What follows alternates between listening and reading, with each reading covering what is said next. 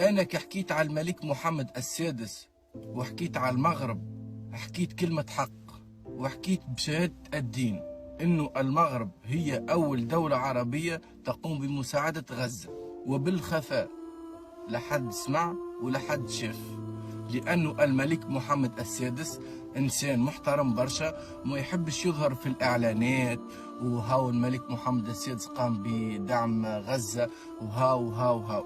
مي احنا مشكلتنا العرب كيما عملنا مع الصين، عملنا لها قيمة وقدر ونربجوا بالصين وهكا هكا بالصين، والصين قامت بمساعدة غزة وفي الاخر طلع ما فما والو، ما فما لا دعم ما فما شيء.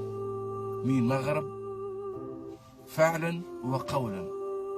فلهذا يعني كشعب المغرب بالحق نوجه لكم تحية خاصة، لأنه ما يحس بالعربي كان العربي وما يحس بالزوالي كان الزوالي، وشكرا للدعم اللي قدمتموه لغزة. بالحق برافو ليكم وبرافو للملك، وربي يفضله لكم وإن شاء الله يبقى ديما تاج فوق روسكم.